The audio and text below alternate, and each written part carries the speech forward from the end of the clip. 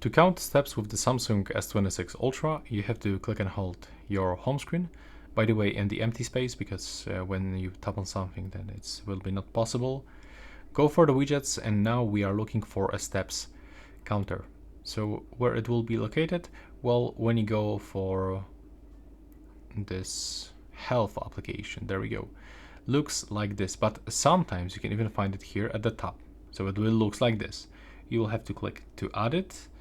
And now click here to get started, click start. You will have to open the Samsung Health application, click continue for all of those incoming permissions. Select what you want to focus. So for me, for example, exercise, click next, click to start, click on the settings for alarms and permissions. And now that's how it looks on your screen. And when you click here, you can even set a target.